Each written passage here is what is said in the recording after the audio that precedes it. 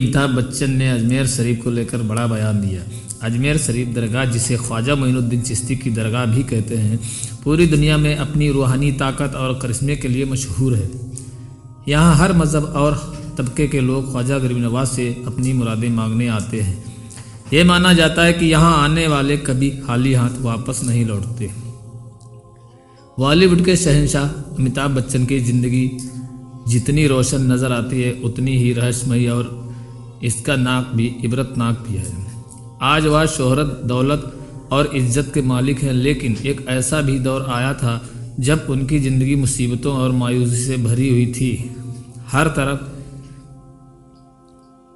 तरफ हैरानी थी और परेशानी थी और ऐसा लगता था कि उनका मुकद्दर उनसे रूठ चुका है। मगर उसी दौर में कुछ ऐसा हुआ जिसे जानकर आज आप भी इंसान हैरत में पड़ जाता है। दोस्तों, पूरा वाक़या जानने के लिए वीडियो को आखिर तक ज़रूर देखें। वीडियो को लाइक करें और अपने दोस्तों में शेयर भी करें और हमारे चैनल को भी सब्सक्राइब ज़रूर करें। और अगर आप भी मानते हो कि ख्वाजा गरीब नवाज की करामत सच्ची है तो एक बार कमेंट में या ख्वाजा ज़रूर लिख दें। चलिए दोस्तों, शुरू करते हैं। यह दास्तान 1990 की दहाई के आखिरी सालों की है।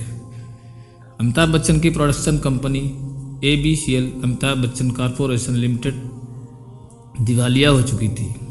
हर तरफ कर्जदार का दबाव था। उनके घर पर नोटिस भेजे जाने लगे, यहाँ तक कि उनका मशहूर बंगला प्रतीक्षा भी गिरवी रखना पड़ा। फिल्मों के ऑफर बंद हो गए और वह न सिर्फ माली तौर पर बल्कि जिस्मानी और रूहानी तौर पर भी टूट चुके थे। उन्हें ऐसा लगने लगा था कि शायद उनकी शोहरत और कामयाबी का सफ़र यहीं ख़त्म हो गया और मेरी शोहरत अब यहीं तक थी। वह कहते हैं, उस वक्त मुझे ऐसा महसूस होता था कि मैं अपनी ही छाया बनकर रह गया हूँ। हर तरफ रास्ते बंद हो गए थे, कोई साथ देने वाला ना था। हर तरफ अंधेरा ही अंधेरा आने लगा था। ऐसे मुश्किल वक्त में एक दिन उनके पास एक अजनबी शख्स आया। उसने कहा, आपका वक्त बदल सकता है, लेकिन इसके लिए आपको अजमेर शरीफ जाना होगा। ख्वाजा गरीब नवाज के दरबार में हाजिरी दे। वह फ़कीरों और बादशाह बना सकते हैं, वह अंधेरे को उजाले में बदल सकते हैं। वहाँ धर्म, जात पात का कोई बंधन नहीं है। तो उस दरबार में जाता है जब वहाँ से खाली नहीं आता है। अगर आप में बात मानो तो एक बार आप उस दरगाह पर ज़रूर जाओ। मैंने उस दरगाह के बारे में बहुत कुछ सुना है। पहले तो अमिताभ बच्चन ने इस बात को ख्याल से झटक दिया, मगर जब हालात और बिगड़ने लगे तो उनके दिल में यह बात घर कर गई। उन्होंने सोचा, जब हर रास्ता बंद है तो एक बार वहाँ भी जाने में क्या हर्ज है। चलो एक बार वहाँ भी जाता हूँ। आखिर वह शख्स इतना यकीन दिला रहा है। फिर अमिताभ बच्चन ख्वाजा गरीब नवाज रहमतुल्लाह अलैह के दरबार में अजमेर शरीफ जाने का मन बना लेते हैं। एक दिन रात के सन्नाटे में बगैर किसी को बताए अमिताभ बच्चन अजमेर शरीफ के लिए रवाना हो गए। वह नहीं चाहते थे कि कोई उन्हें पहचान ले। सफ़र के दौरान उनके दिल में एक अजीब सी बेचैनी थी। जब वह दरगाह पहुँचे तो वहाँ का मंजर उनकी उम्मीद से कहीं जुदा था। हज़ारों लोग अपनी मुरादें लेकर वहाँ आए हुए थे। हर किसी की आंखों में उम्मीद और दिल में यकीन था। हर कोई यही कह रहा था कि इस दरबार से कोई खाली हाथ नहीं गया। इसके बाद अमिताभ बच्चन दरगाह के अंदर दाखिल होते हैं। अंदर जाते ही अमिताभ बच्चन ने एक अनोखा सुकून महसूस किया। उन्होंने ख्वाजा गरीब नवाज की मज़ार पर चादर चढ़ाई और रो रो कर दुआ की। उनकी आंखों से आंसू बह रहे थे। उन्होंने अपने गम और अपने अरमान वहाँ बयान कर दिए, जो उनके सिवा दूसरा नहीं जानता था। जब वह दरगाह के अंदर बैठे हुए थे तो अचानक उनकी नज़र एक शख्स पर पड़ी। वहाँ एक बूढ़ा फ़कीर बैठा हुआ था। उसकी आंखों में अजीब सी गहराई और चेहरे पर रूहानी तेज था। मानो ऐसा लग रहा था जैसे वह उनसे कुछ कहना चाहता हो। दरगाह पर हाजिरी और दुआ के बाद जब अमिताभ बच्चन दरगाह से बाहर आए तो वहीं फ़कीर बाबा उनकी तरफ इशारा करते हुए बोले, ओ शहंशाह, ज़रा ठहर। यह सुनकर अमिताभ बच्चन चौंक गए। उन्हें समझ नहीं आया कि यह बूढ़ा शख्स उन्हें कैसे पहचानता है? वह धीरे धीरे उसकी तरफ बढ़े। फ़कीर बाबा ने कहा, तू क्यों इतना परेशान है? ख्वाजा गरीब नवाज की नजर करम तुझ पर है। आज तेरा हाल बदतर है, मगर आने वाले दिनों में तेरा नाम आसमान पर होगा। याद रखना, तुझे सिर्फ 500 करोड़ नहीं बल्कि उससे भी ज़्यादा शोहरत और दौलत नसीब होगी और हर घर में तेरा जिक्र होगा। यह सुनकर अमिताभ बच्चन हैरत में पड़ गए। उन्होंने फ़कीर बाबा से पूछा, आपको कैसे पता कि मैं परेशान हूँ और आप मुझे शहंशाह क्यों कह रहे हैं? फ़कीर बाबा मुस्कुराए और बोले, ख्वाजा गरीब नवाज ने मुझे पैगाम दिया है, अब जा और सब्र कर, तेरे लिए दरवाजे खुलने वाले हैं। अमिताभ बच्चन इस बात को भुलाने की कोशिश करते रहे, मगर उस फ़कीर बाबा की बात उनके दिल में और गूंजती रही। अजमेर शरीफ से लौटने के कुछ ही हफ्तों के अंदर उन्हें यश चोपड़ा की फिल्म मोहब्बतें का ऑफर मिला। यह फिल्म उनके करियर के लिए एक नुक्ताए इब्तिदा साबित हुई, लेकिन असली चमत्कार तब हुआ जब उन्हें कौन बनेगा करोड़पति केबीसी का ऑफर मिला। यह शो न सिर्फ कबूल हुआ बल्कि हर घर में अमिताभ बच्चन का नाम गूंजने लगा। उनके सारे कर्ज उतर गए और वह फिर से बॉलीवुड के शहंशाह बन गए। मगर दास्तान यहीं ख़त्म नहीं होती। जब अमिताभ बच्चन ने दोबारा अजमेर शरीफ जाकर उस फ़कीर बाबा का शुक्रिया अदा करना चाहा तो उन्हें मालूम हुआ कि वहाँ ऐसा कोई फ़कीर बाबा नहीं है। दरगाह के लोग कहते हैं कि वह फ़कीर बाबा अक्सर ख्वाजा गरीब नवाज की करामात के तौर पर वहाँ पर नज़र आते हैं, मगर वह किसी को हमेशा के लिए नहीं मिलते। अमिताभ बच्चन आज भी यकीन रखते हैं कि अगर वह उस दिन अजमेर शरीफ ना जाते तो शायद उनकी ज़िंदगी आज वैसी नहीं होती जैसी अब है। जब वह भी मौका मिला है, दरगाह पर हाजिरी देने ज़रूर जाते हैं। यह रास्ता सिर्फ एक करामत नहीं बल्कि इसका सबूत है कि जब हर दरवाज़ा बंद हो जाता है तो किसी अल्लाह के वली का सहारा आपको राह दिखा सकता है। ख्वाजा गरीब नवाज की यह करामत हमें सिखाती है कि सच्चे दिल से मांगी गई दुआ कभी नामंजूर नहीं होती। लेकिन दोस्तों, आज कुछ ऐसे लोग हैं जो ख्वाजा गरीब नवाज रहमतुल्लाह अलैह की दरगाह को नीचे की अपनी आस्था ढूंढते हैं, लेकिन उनको पता नहीं है कि ख्वाजा गरीब नवाज धर्म और जात पात के लिए नहीं आए बल्कि वह दुनिया वालों को अच्छाई का पैगाम देने आए। लेकिन आज कुछ लोग ऐसे हैं जो अपने ही फ़ायदे के लिए उनकी दरगाह को नुकसान पहुंचाने की बात करते हैं। दोस्तों, अब हम आपको एक ऐसे शख्स के बारे में बताएंगे जब उसने हज़रत ख्वाजा गरीब नवाज रहमतुल्लाह अलैह का कत्ल करना चाहा, फिर उसके साथ क्या हुआ, आइए आपको बताते हैं। एक रात चांदनी रात थी, अंधेरा चारों ओर फैला हुआ था और सूफी संत ख्वाजा गरीब नवाज की दरगाह पर हजारों लोग दुआ के लिए इकट्ठा हुए थे।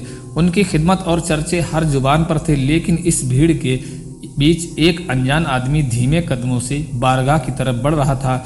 उसके चेहरे पर अजीब सी बेचैनी थी और उसकी मुट्ठी में एक चमचमाता आता खंजर छिपा हुआ था।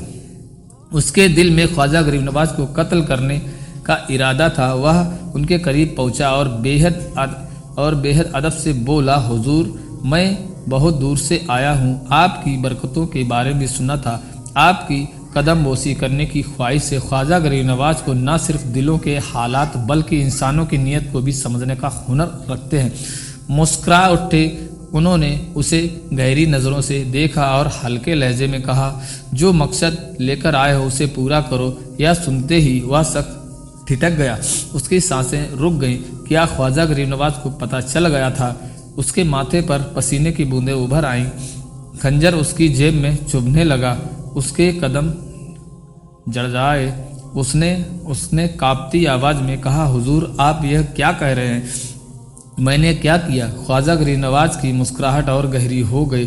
उन्होंने बस इतना कहा, अल्लाह हर नियत को जानता है। दिल को साफ कर लो। मुझे आपके दुश्मनों ने पैसे का लालच देकर भेजा था, लेकिन आपकी नज़रों ने मेरी नीयत को चीर दिया। दोस्तों, यहाँ देखिए ख्वाजा गरीब नवाज की रहमदिली। उन्होंने फरमाया, तुम्हारे गुनाह मेरे सामने नहीं अल्लाह के सामने हैं। किसी का नाम मत लिया करो और अपना गुनाह माफ़ करवा लो। यह सुनते ही वह शख्स फूट फूट कर रोने लगा। उसने कहा, हुजूर, मुझे मुसलमान बना लीजिए, मुझे कलमा पढ़ा दीजिए। ख्वाजा गरीब नवाज ने उसे माफ़ कर दिया और उसे कलमा भी पढ़ाया और मुसलमान बना लिया। इसके बाद वह शख्स पूरी ज़िंदगी ख्वाजा गरीब नवाज़ का मुरीद बनकर रहा। उसने तकरीबन 4 हज किए और उसने मक्का शरीफ में वफ़ात पाई। दोस्तों, यह ख्वाजा गरीब नवाज़ की करामत है कि वह दुश्मनों को भी अपना बना लेते हैं। सुभान अल्लाह। दोस्तों, अल्लाह रब्बुल इज़्ज़त की बारगाह में यह दुआ है कि मौला अपने हबीब हज़रत मोहम्मद मुस्तफ़ा सल्लल्लाहु ताला अलैहि वसल्लम और ख्वाजा गरीब नवाज़ रहमतुल्लाह अलैह के वसीले से हम सबको मुकम्मल इश्क रसूल अता फ़रमाए, हमारे और हमारे परिवार के ईमान की हिफाजत फ़रमाए, हम सबको नेक आमाल करने और सच्चे रास्ते पर चलने की तौफीक अता फ़रमाए। जो भी लोग इस दुआ को सुन रहे हैं या पढ़ रहे हैं, उनकी जायज़ तमन्नाओं और मुरादों को पूरा फ़रमाए, बीमारों को शिफा का कामिल अता फ़रमाए, कर्ज में डूबे हुए लोगों को कर्ज से निजात फ़रमाए, परेशान हाल लोगों की परेशानियों को दूर फरमाए, बे औलाद लोगों को नेक औलाद और साले औलाद अता फ़रमाए। दोस्तों, कमेंट बॉक्स में आमीन लिखकर इस दुआ में अपनी आमीन ज़रूर लिखें। कौन जानता है कि आपकी आमीन अल्लाह की बारगाह में कबूल हो जाए। दोस्तों, प्यारे दोस्तों, अब हम आपको ख्वाजा गरीब नवाज़ और एक पागल हाथी का वाक़या बताते हैं कि जब एक हाथी मज़ार को नुकसान पहुंचाने चला था तो आप रहमतुल्लाह अलैह ने एक पागल हाथी को अपनी करामत से पत्थर बना दिया था। जी हाँ दोस्तों, आज की इस वीडियो में ख्वाजा गरीब नवाज़ की उस करामत का वाक़या का जिक्र करेंगे।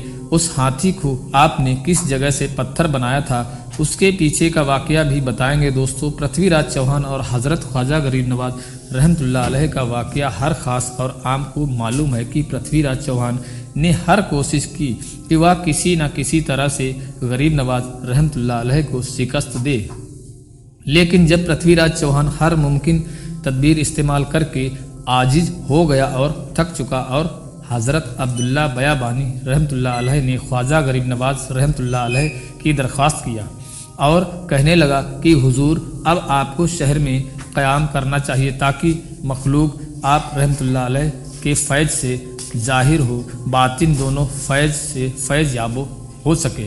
तो ख्वाजा गरीब नवाज़ रहमतुल्लाह अलैह ने इस दरख्वास्त को मंजूर कर लिया। हज़रत ख्वाजा गरीब नवाज़ मोइनुद्दीन चिश्ती रहमतुल्लाह अलैह ने शेख मोहम्मद यादगार को हुक्म दिया कि शहर में कहीं मुनासिब जगह तलाश करो, रिहाइश के लिए यानी हमारे लिए एक मकान तलाश करो जहाँ पर हम रह सकें।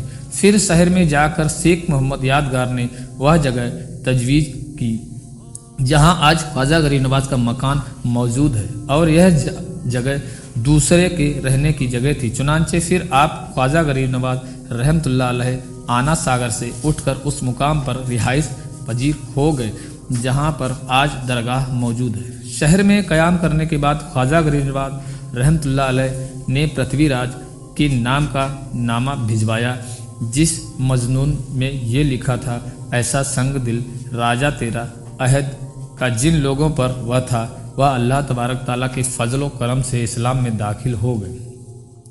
और अगर तू अपनी भलाई चाहता है तो मुसलमान हो जा, वरना जलील खार होगा। पृथ्वीराज पर गरीब नवाज़ रहमतुल्लाह अलैह की इस दावत का कोई भी असर ना हुआ। जो कसदन गरीब नवाज़ रहमतुल्लाह अलैह ने भेजा था वह वापस भी आ गया। उसके बाद आप गरीब नवाज़ रहमतुल्लाह अलैह बैठे रहे। उसके बाद गरीब नवाज़ रहमतुल्लाह अलैह ने आंखें खोल कर फरमाया, अगर ये शख्स अल्लाह तबारक ताला पर ईमान ना लाए तो उसे ज़िंदा गिरफ्तार कर लिया जाए और यह इस्लामी लश्कर के हवाले हो जाएगा। पृथ्वीराज का जब गरीब नवाज़ रहमतुल्लाह अलैह पर जोर ना चला तो उसके मुसलमानों पर जुल्म ढाना शुरू कर दिया। हज़रत ख्वाजा गरीब नवाज़ रहमतुल्लाह अलैह का मुकाबला पृथ्वीराज ने शेर व शायरी से किया और उसे शिकस्त दी। उसने अपने चेलों को भी आप रहमतुल्लाह अलैह के पास भेजा, उसके बाद भी उसे शिकस्त हुई। फिर अपनी फ़ौज को गरीब नवाज़ रहमतुल्लाह अलैह के मुकाबले में भेजा, फिर भी पृथ्वीराज को शिकस्त हुई। अब उसके समझ में यह नहीं आ रहा था कि गरीब नवाज़ रहमतुल्लाह अलैह का मुकाबला करें तो कैसे करें। आखिरकार दरबार के एक दरबारी ने पृथ्वीराज चौहान को एक मशवरा दिया और वह मशवरा यह था कि जहां गरीब नवाज़ रहमतुल्लाह अलैह रहते हैं वह जगह खुले आसमान के नीचे मौजूद है, वहां इर्द गिर्द कुछ खास जगहों के अलावा कोई रिहाइश है और ना कोई दुकान है। क्यों ना ऐसा किया जाए कि पागल हाथी को कीलों वाली सुलह से जदो ख्वाब किया जाए, यानी उसे तकलीफ़ दी जाए। उसके बाद उसको गरीब नवाज रहमतुल्लाह अलैह की तरफ से मोड़ दिया जाए ताकि वह बदमस्त हाथी सीधा ख्वाजा गरीब नवाज रहमतुल्लाह अलैह के हल्के के जानिब भागने लगे। और क्योंकि वह इबादत में मसरूफ़ ही होंगे ना भाग सकेंगे। पृथ्वीराज को यह मशवरा बड़ा ही अच्छा लगा और इस तरह गरीब नवाज रहमतुल्लाह अलैह के चाहने वालों में से कोई बगावत ना कर पाएगा और यह हाथी का मामला एक हादसा मालूम होगा। चुनांचे फिर एक बहुत बदमस्त हाथी को पकड़कर जंगल से लाया गया था और जो बिल्कुल पागल था और कीलों वाली सुलह के साथ उस हाथी को चोटें दी जाती थी। इस तरह उसे गरीब नवाज रहमतुल्लाह अलैह के हल्के की जानिब दौड़ाने का पूरा इंतजाम कर दिया गया। सबसे बड़ा खौफनाक और मानो वज़नी हाथी यानी भारी हाथी गुस्से से भरा हुआ था। गरीब नवाज रहमतुल्लाह अलैह के हल्के की तरफ दौड़ने लगा और उस हाथी के दौड़ने से ज़मीन भी थरथरा रही थी और इर्द गिर्द धूल उड़ रही थी और वहाँ मौजूद इर्द गिर्द के लोग उस हाथी को दौड़ते हुए देख रहे थे। तो वह लोग दांतों तले उंगलियां दबाने लगे और यह भयानक मंजर देख रहे थे। तमाम मसाइल ख्वाजा गरीब नवाज रहमतुल्लाह अलैह हाथी के पांव तले कुचले जाएंगे। मसाह बीन ने जब यह पागल हाथी को अपनी तरफ अंधाधुंध आता हुआ देखा तो एक बार उन पर भी लर्ज तारी हो गई, मगर क्योंकि ख्वाजा गरीब नवाज रहमतुल्लाह अलैह इबादत में मसरूफ़ थे इसलिए वह भी अपनी जगह पर बैठे ही रहे। ख्वाजा गरीब नवाज रहमतुल्लाह अलैह ने जब यह देखा तो आप रहमतुल्लाह अलैह ने ज़मीन से एक चुटकी मिट्टी उठाई और हाथी की तरफ उस मिट्टी को फेंक कर फूंक मार दी। आप रहमतुल्लाह अलैह का यह अमल करना ही था कि हाथी उसी वक्त वहीं पर रुक गया और अचानक से वह पत्थर बन गया। अल्लाह अकबर। कुछ लम्हा पहले वह लोग जो हाथी से डर रहे थे वही लोग अल्लाह अकबर की सदाएं लगाने लग गए और ख्वाजा गरीब नवाज के पास आ गए और आप रहमतुल्लाह अलैह के हाथ पर बैठ करके मुसलमान बन गए। सुबहान अल्लाह। तो दोस्तों ये थी ख्वाजा गरीब नवाज की जिंदा करामत जिसे अभी आपने इस वीडियो में समाप्त फरमाया कि जब भी आप रहमतुल्लाह अलैह ने अपनी करामत का ज़हूर फरमाया तो वह सिर्फ इसीलिए जाहिर किया ताकि लोग अपनी करामत को देखकर राह हक इख्तियार कर लें और ईमान कबूल कर लें। सुभान अल्लाह। दोस्तों आखिर हिंदुस्तान में ख्वाजा गरीब नवाज ने इस्लाम कैसे फैलाया, आइए आपको एक वीडियो दिखाते हैं। इस वीडियो में सरकार गरीब नवाज रहमतुल्लाह अलैह की एक छोटी सी करामत का जिक्र किया गया है। जब एक पत्थर की मूर्ति सरकार गरीब नवाज रहमतुल्लाह अलैह के कहने पर दूध पीती थी और उस वक्त में कितने लोग कलमा पढ़कर मुसलमान बन जाते हैं, इस वीडियो में आपको आगे दिखाएंगे। दोस्तों जैसा कि आपको मालूम है कि सरकार गरीब नवाज की दरगाह को लेकर हिंदुस्तान में एक बहुत बड़ा बवाल खड़ा हो चुका है और दर को लेकर यह दावा भी किया जा चुका है कि इसके नीचे हमारा शिवलिंग मंदिर मौजूद है। बताइए अचानक लोगों को दरगाह और मस्जिदों के नीचे अपने मंदिर नज़र आने लगे हैं। आइए अब हम आपको ये वीडियो दिखाते हैं। दोस्तों ऐसा कहा जाता है अजमेर में एक हिंदू पंडित था जो बहुत सख्त था, जो हर दिन दूध लेकर अपने बुतों के पास जाता था। वह सारा दूध बुतों के कदमों में चढ़ावे के तौर पर डाल दिया करता था। एक दिन उसकी बेटी ने पूछा, बाबा जान आप हर रोज़ दूध लेकर वहाँ जाते हैं? पंडित जी ने जवाब दिया, बेटी मैं दूध अपने खुदा के चरणों में चढ़ाने के लिए ले जाता हूँ। बेटी ने पूछा, बाबा क्या देवता सच में दूध पीते हैं? पंडित ने कहा, नहीं बेटी वह दूध नहीं पीते हैं, बस उनके चरणों में चढ़ाकर आ जाता हूँ। बेटी ने कहा, बाबा अगर वह दूध पीते नहीं है तो आप हर रोज़ वहाँ दूध लेकर क्यों जाते हो? पंडित ने जवाब दिया, बेटी ऐसी बेमतलब की बातें नहीं करते हैं, बस इतना जान ले कि देवता दूध नहीं पीते हैं। इस पर लड़की ने कहा, बाबा कल मैं खुद दूध लेकर जाऊंगी और अपने खुदा को पिलाकर ही लौटूंगी। पंडित ने समझाया, बेटी ऐसी बातें मत किया करो। लेकिन जब लड़की बार बार जिद करने लगी तो पंडित ने कहा, ठीक है जैसा तुम्हें सही लगे, पर ध्यान रखना मंदिर में जब कोई ना हो तभी जाना। अगले दिन लड़की दूध का प्याला लेकर मंदिर गई। वहाँ मंदिर के सबसे बड़े बुत के सामने खड़ी होकर कहने लगी, अगर तू ही खुदा है तो यह दूध पी ले। लेकिन बुत तो पत्थर था, वह कैसे हिलता या कुछ करता? लड़की गुस्से में बोली, अगर तू ही मेरा खुदा है तो मेरी बात सुन सकता है तो यह दूध का प्याला पकड़ और इसे अभी पी ले।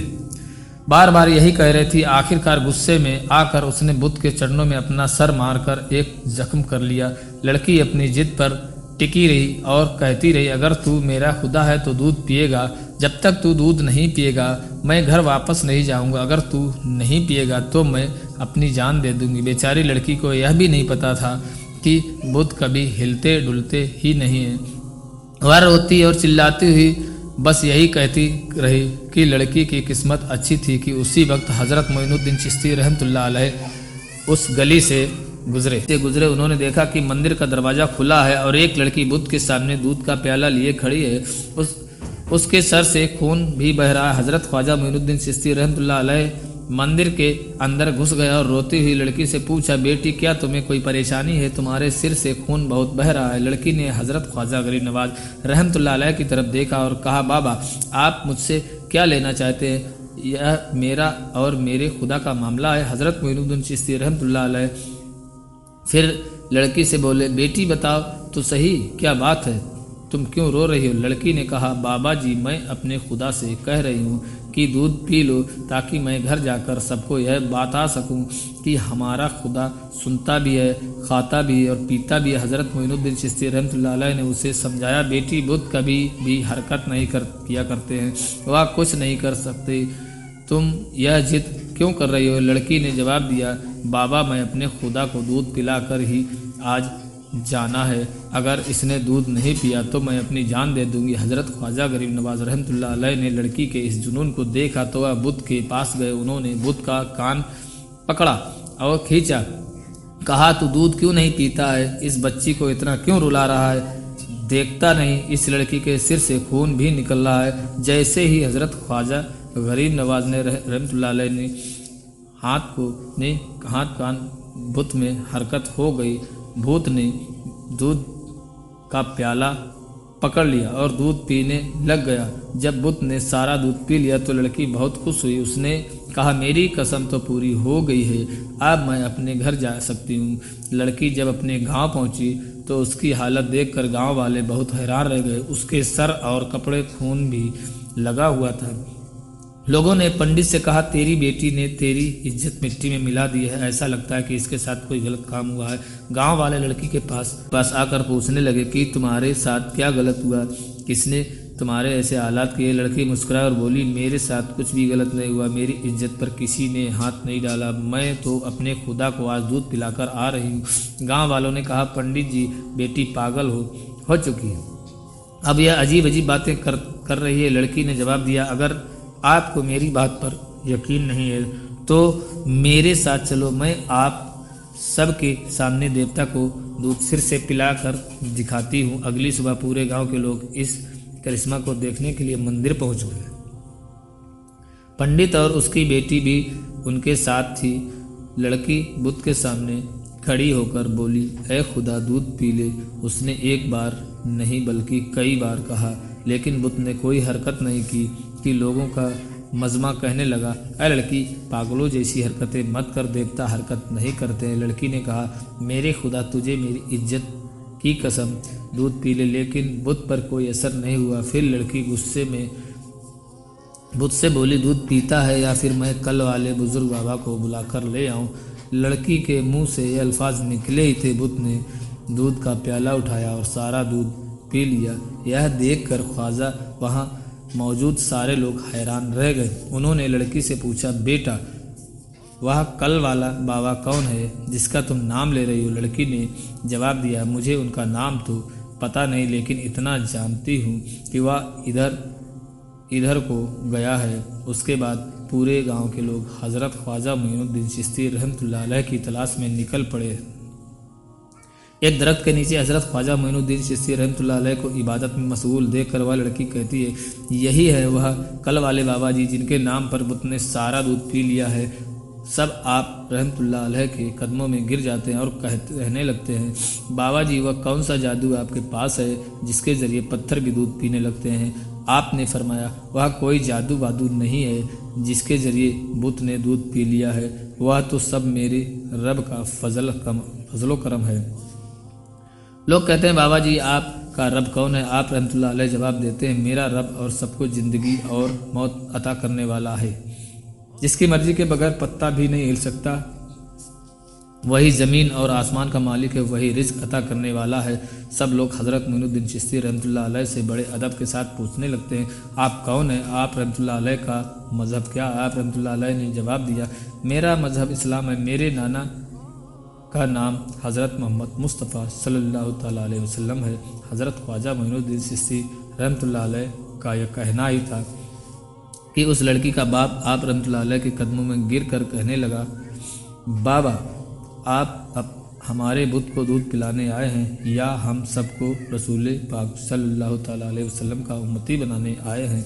उसके बाद सब बस्ती के लोग आपके कदमों में गिर पड़े, कलमा पढ़ा और मुसलमान हो गए। सुभान अल्लाह। दोस्तों, अगर आपको ये वीडियो पसंद आई हो तो इस वीडियो को लाइक करें और अपने दोस्तों में ज़्यादा से ज़्यादा शेयर करें और हमारे चैनल को सब्सक्राइब करके बेल आइकन को ज़रूर दबा दें।